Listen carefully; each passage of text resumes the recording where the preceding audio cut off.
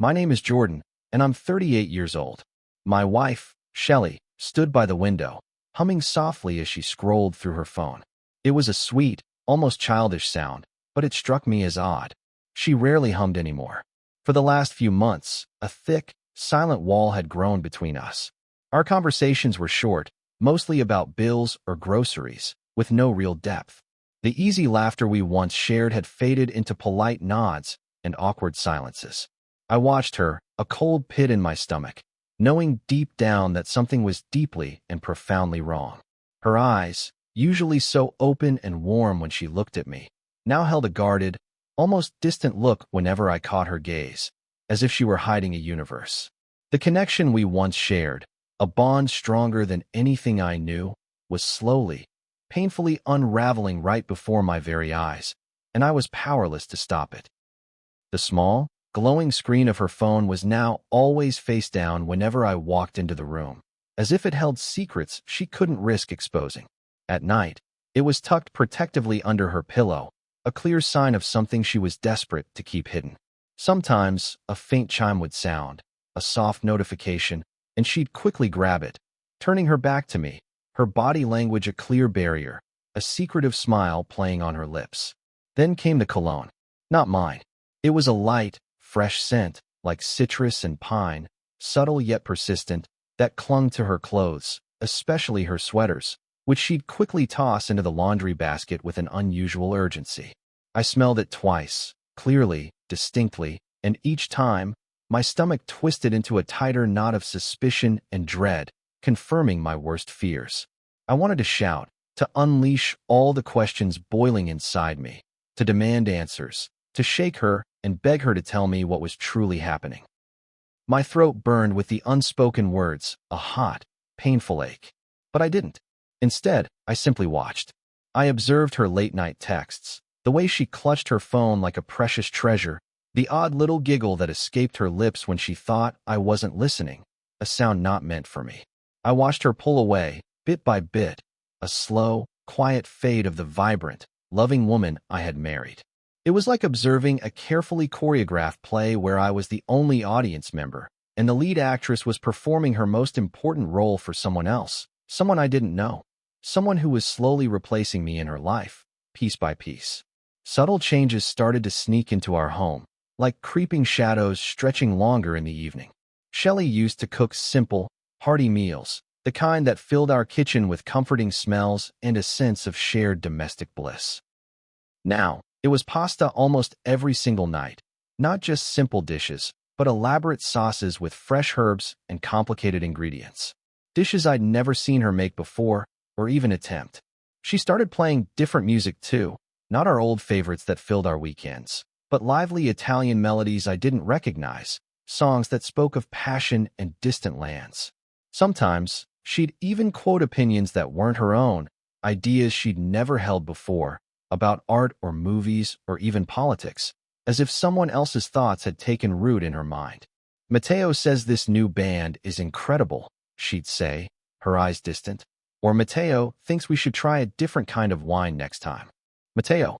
The name hung in the air like a persistent, unwelcome ghost, a silent intruder in our conversations. I didn't know Matteo. It felt like a complete stranger was slowly but surely moving into my house, leaving little pieces of himself behind in our shared space. Every corner, every new song played on the stereo, every meal we ate felt haunted by this unseen person. I walked through my own rooms, a silent observer, a stranger in my own life, constantly wondering who this Matteo truly was and why he was so incredibly present in every aspect of our existence. He was a constant, unsettling reminder of my wife's growing distance. One morning, an accident happened. A moment of carelessness that sealed her fate, though she couldn't know it then. Shelley left her iPad on the kitchen counter, not just there, but fully unlocked, its screen glowing softly. I saw it light up with a message notification, a quick flash of a name. My heart hammered against my ribs, a wild, frantic drumbeat against my chest. I told myself not to look, to respect her privacy, to walk away, but curiosity was a roaring fire inside me, consuming my better judgment. My fingers trembled as I picked it up. The messages were open, laid bare for me to see. What I saw hit me harder than any physical blow, tearing through the last threads of my naive hope. It wasn't just short, hurried texts. It was endless scrolls of messages. It was photos, damning evidence of her betrayal. Photos of her laughing freely with a man I'd never seen, his arm intimately around her waist, their faces close, almost touching. There were messages filled with sickeningly sweet words, nauseating terms of endearment like my love, my darling. Can't wait to see you again, my soulmate. Plans for weekends away, confirmed hotel bookings in faraway towns, screenshots of flight details to exotic places. But the absolute worst part, the detail that truly broke something fundamental inside me, was the emotional intimacy. She wasn't just sleeping with him. She was confiding in him, sharing her deepest thoughts, her daily struggles, even her frustrations about me. That shattered the very core of our bond. For a long moment, I stood there, clutching the iPad, the digital evidence of her deceit burning my hands. The world seemed to tilt sideways, my vision blurring with a sudden, overwhelming despair. My first, raw instinct was to confront her, to scream until my voice broke, to smash the device into a million pieces, to demand an immediate explanation for this devastating betrayal. But then, a cold, clear thought cut through the storm in my head, a sharp, precise calculation. If I blew up now, in a fit of rage, she would gain the upper hand. Emotionally, psychologically, she was already slipping away from me, moving into his world, leaving me behind. A messy confrontation would only push her further, allowing her to play the victim, to twist the narrative in her favor.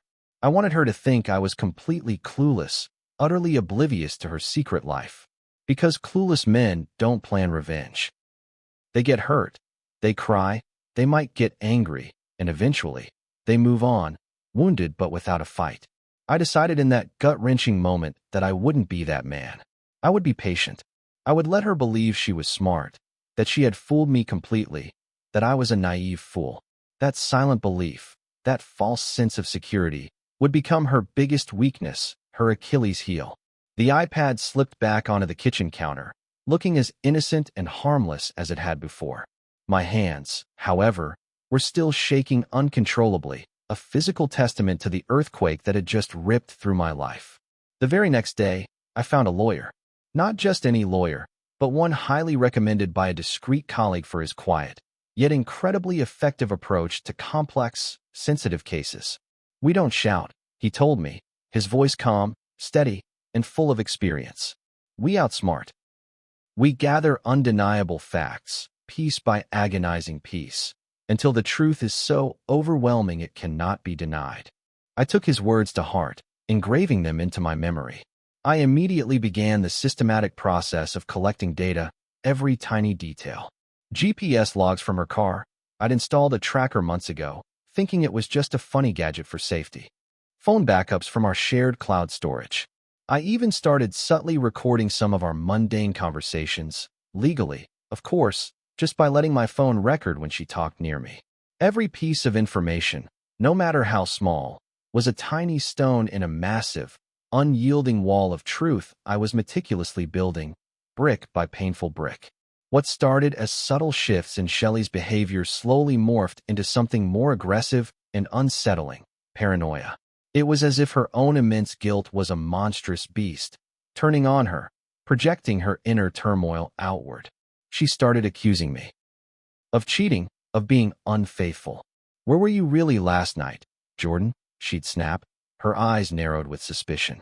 Who was that woman you were talking to at the grocery store for so long? She criticized my female boss, a professional and highly respected woman in my field. She dresses too flashy, Shelley would say, her eyes filled with an unfounded judgment. She even began obsessively checking my social media accounts, scouring them for any sign of betrayal of the very thing she was doing to me. I played perfectly innocent, a master of deception myself now. What are you talking about, honey? You know I was just at the gym, like I always am. That's just my boss. You know she dresses for work events. I slighted her gently, subtly, turning her wild accusations back on her, mirroring her own methods of manipulation. Are you feeling okay, Shelley? You seem a little stressed lately, perhaps a bit paranoid. My feigned concern seemed to unnerve her even more. Her mental spiral began to accelerate. She became jumpy, overly defensive, unsure of her own footing, lost in a maze of her own making. It was ugly to watch, a painful spectacle, but it was a necessary step in my carefully orchestrated plan to expose the truth. The plan took its next, calculated step with a business lunch I had strategically scheduled. It was with two important female clients, both highly professional, intelligent, and, coincidentally, quite attractive. I made sure to pick a popular, bustling restaurant, one that was conveniently located very close to Shelley's office. It was a calculated risk, a gamble I felt sure would pay off. I knew her friend, Sarah, worked just a few blocks away and often frequented that area for lunch.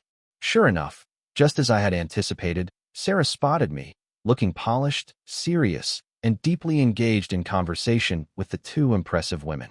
She took photos discreetly and, just as I expected, sent them straight to Shelley. Shelley went nuclear. I came home that evening to an absolute storm of rage and hysteria. She screamed, her voice raw and hoarse. She cried, tears streaming down her face, mixing with her smeared mascara. She threw small, light objects, luckily nothing breakable, across the living room. "You cheater! You hypocrite! How could you do this to me after everything we've been through?" Her face was red, contorted with fury and false pain, streaked with tears and snot. But I was calm, too calm. I simply stood there, my expression unreadable, letting her venomous words wash over me like water off a duck's back. My stillness, my eerie lack of reaction, seemed to unnerve her more than any argument could have. She sensed something was deeply wrong, that this wasn't the anguished, betrayed reaction she expected from me. I started seeing a counselor during this dark period, mostly to keep myself from completely losing my mind and to navigate the churning waters of my emotions. During one session, my therapist, a wise, older man with kind eyes and a calm voice, looked at me directly and asked a question that truly changed everything, that shifted my entire perspective. "Why do they get to break you?" he said, his voice soft but firm, "and walk away whole?" His words were a splash of icy cold water on my face, shocking me awake. That night, I opened my laptop and created a new folder on my desktop. I named it Consequences. It was time to stop being a passive victim and start being the active architect of my own future, a future free from her deceit. My quiet investigation into Matteo continued, thorough and relentless. I found his full name, Matteo Rossi. And then, the biggest, most devastating piece of information, the one that sealed his fate, and unknowingly, Shelley's. Matteo Rossi was married. He had a wife, a kind-looking woman named Maria, with warm eyes and a gentle smile in her online photos, and two young children, a boy and a girl. She was a stay-at-home mom, active in her community, seemingly unaware of her husband's secret life. Maria deserved to know the truth, just as I deserved to know. I gathered everything. Every incriminating photo, every sickeningly sweet text message, every precise timestamp of their meetings, every hotel booking confirmation. I printed them out, neatly, clinically, without emotion. I put every single piece of damning evidence into a large, plain manila envelope. No return address. No handwritten note that could be traced back to me. Just the cold, hard facts. I mailed it anonymously to Maria Rossi's home address, double-checking the spelling and zip code. It was a time bomb, ticking quietly in the postal system. I imagined her opening it, her world collapsing into a million pieces, just as mine had when I saw Shelley's iPad. The thought brought me no joy, no sense of triumph, only a grim, unsettling satisfaction that justice, in its own silent way, was being served. It wasn't about hurting her, Maria, but about pulling back the curtain on deceit, letting the truth illuminate the shadows. The bomb detonated about 2 weeks later, just as I expected. I heard it through the grapevine, a hushed whisper among mutual acquaintances that grew louder with each passing day. Maria Rossi had filed for divorce, and it was brutal, messy, and very public. Matteo was completely blindsided, caught entirely off guard. Shelley, on the other hand, was still blissfully unaware, still living in her bubble of lies. She still thought Matteo was her secret, her escape, her romantic fantasy. But he started going cold. His calls went unanswered. His texts were left on read, unreplied to. The Italian ghost in my house, the one I'd never met but whose unsettling presence I felt everywhere, had been banished, not by me, but by the shattering reality of his own wife's discovery. The tension in our house became a thick, choking fog, heavier than any physical weight. Silence stretched between us like taut, barbed wire, ready to snap at the slightest touch. Shelley tried to flirt again, to initiate some intimacy, some connection, but it was too late. The light in my eyes for her, the warmth I once held, was completely extinguished. I smiled politely, a distant, empty smile, and moved around her like she was a mere roommate, not a wife, our shared history erased. Every word she spoke to me, every attempt at conversation, sounded static, like white noise I could easily tune out, my mind already elsewhere. The house, once our sanctuary, our shared dream, had become nothing more than a carefully constructed prison for her, built from the very foundation of her own lies. One crisp Tuesday morning, with a sense of quiet determination, I went to my lawyer's office alone. I sat across from Clara Jensen, feeling a profound sense of purpose, a calm resolve that had solidified over weeks of pain and planning. We finalized the paperwork. The divorce petition was crisp and official. All the meticulously collected evidence was neatly organized, ready to be presented. We prepared for battle, a legal war fought with facts, not emotions. The house, the retirement accounts, my professional reputation, I was going to protect every asset, play it all legally, brutally, carefully, leaving nothing to chance. And still, Shelley had no idea. She hummed her Italian tunes, oblivious, living in a fragile bubble that was about to burst. I left her a calendar reminder on our shared digital calendar, a subtle trap. I created a special dinner event for Friday night, using a heart emoji as the title. She saw it, I knew. She probably thought I wanted to fix things, to talk, to try again, to save our marriage. She cooked pasta that night, a rich, creamy carbonara, one of the new, elaborate recipes she'd picked up from her secret life. She set the table with our best china, lit candles, and even wore a beautiful blue dress I hadn't seen her wear in ages. It was her final supper with me, her last illusion of our shared life, though she didn't know it yet. I sat across from her at the candlelit table, the flickering flames casting dancing shadows on her hopeful face. We ate in silence, the soft clinking of forks against plates the loudest sound in the room. She started to talk, her voice soft and hopeful, about rebuilding, about working through things, about our future. I let her talk, letting the words wash over me, my face a carefully constructed mask of polite interest. Then, halfway through her sentence, I slowly put my fork down, the sound echoing in the quiet room. "You learned this recipe from him, right?" I asked, my voice calm, almost casual, cutting through her hopeful words like a knife. Then, with a slow, deliberate movement, I slid a thin manila folder across the polished table, stopping directly in front of her. Shelley's hand trembled visibly as she picked up the folder.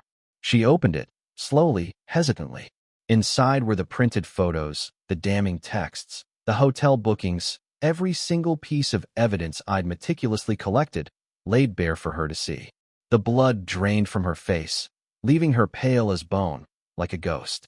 She tried to deny it, a weak, strangled sound escaping her throat, but the proof was overwhelming, irrefutable. Then, she collapsed into a stunned silence, her eyes wide with shock and dread, finally understanding. I slid the neatly printed divorce papers across the table.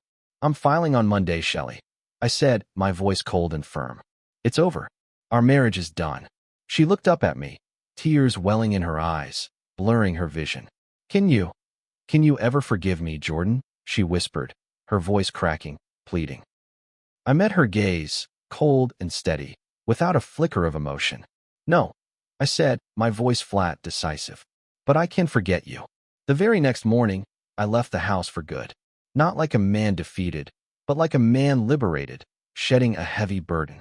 I had secured legal possession to avoid any abandonment claims, ensuring my legal standing.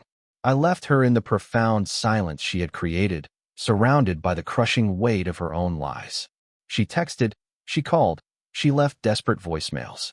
I blocked everything, every single attempt to reach me. Complete, Unyielding silence became her new reality. Shelley tried desperately to win me back, or at least to win sympathy. She cried to her family, pleading her case, claiming it was just emotional, nothing physical, just a momentary lapse.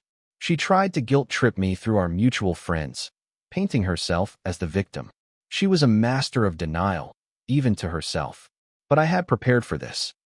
I sent every single person who reached out to me a simple PDF file titled The Truth. It contained every piece of evidence, every damning photo, every sickening text message. After that, the calls and texts from her and our mutual friend stopped. I became quiet again, a ghost in her former social world, no longer engaging with her fabricated reality. She lost more than just me. Word of her betrayal and the subsequent divorce spread like wildfire through our community. Her own parents, once doting and supportive, started to distance themselves, ashamed and heartbroken by her actions.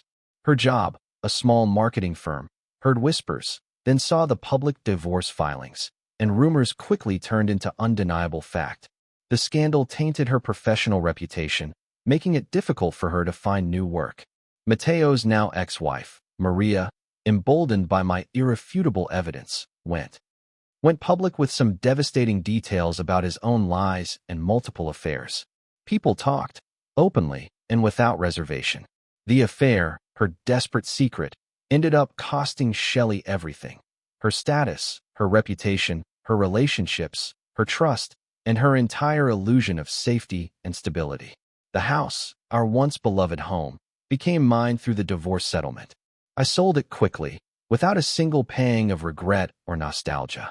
The memories it held were now tainted, the rooms haunted by her deceit and my pain. With the money from the sale, I bought a new place by the water, a modern condo with huge, expansive windows that let in abundant sunlight. It was peaceful, clean, and utterly free of the ghosts of our past. I furnished it simply, with things that truly brought me joy and comfort, not painful memories. It was a fresh start, a clean slate, a quiet sanctuary built for healing and moving forward, a place where I could breathe freely again. One cold, rainy night, many months later, there was a frantic, insistent knocking at my new door. I looked through the peephole, my heart momentarily clenching. It was Shelley, crying hysterically, soaking wet, her face a pathetic mess of tears and desperation. She begged, she pleaded, her voice hoarse and broken. "Jordan, please. I have nowhere to go. I made a mistake." I didn't open the door. I simply stood behind the solid wood, unmoving, my voice calm but firm, a cold echo of her own past actions. "Consequences, Shelley," I said, my words clear above the drumming rain. "Remember?" The rain poured down, washing over her as she stood alone in the dark. A few weeks after that chilling encounter, I sent her one final, definitive message. It was a voice memo, short and clear, devoid of any emotion. "This was never about revenge, Shelley," I said, my voice steady, reflecting the deep sense of peace I had finally found. "This was about healing. And true healing means surgically removing the infection completely. Goodbye." Then, with a sense of profound closure, I deleted her number, blocked her email, and removed her from every single corner of my digital life. The connection was severed, completely and irrevocably.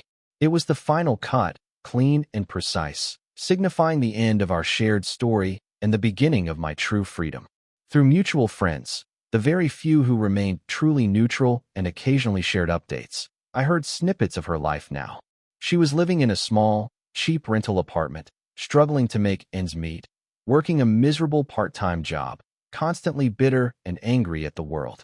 Matteo, her former lover, quickly moved on, showing his true colors. He married a much younger woman he met online, abandoning Shelley and the chaos she had brought into his life. Shelley was left completely alone, isolated, her old life reduced to ashes, a direct consequence of her own devastating choices and deceit. I rebuilt my life quietly, deliberately. I moved to a completely new city, embracing the anonymity and the fresh start it offered. I found new people, built new friendships based on honesty, mutual respect, and genuine connection, free from the shadow of my past. I never told the full, ugly story to anyone new I met, until now. This narrative, this detailed account, is the very first time I've laid it all bare, every painful step, every calculated move, every moment of betrayal and healing.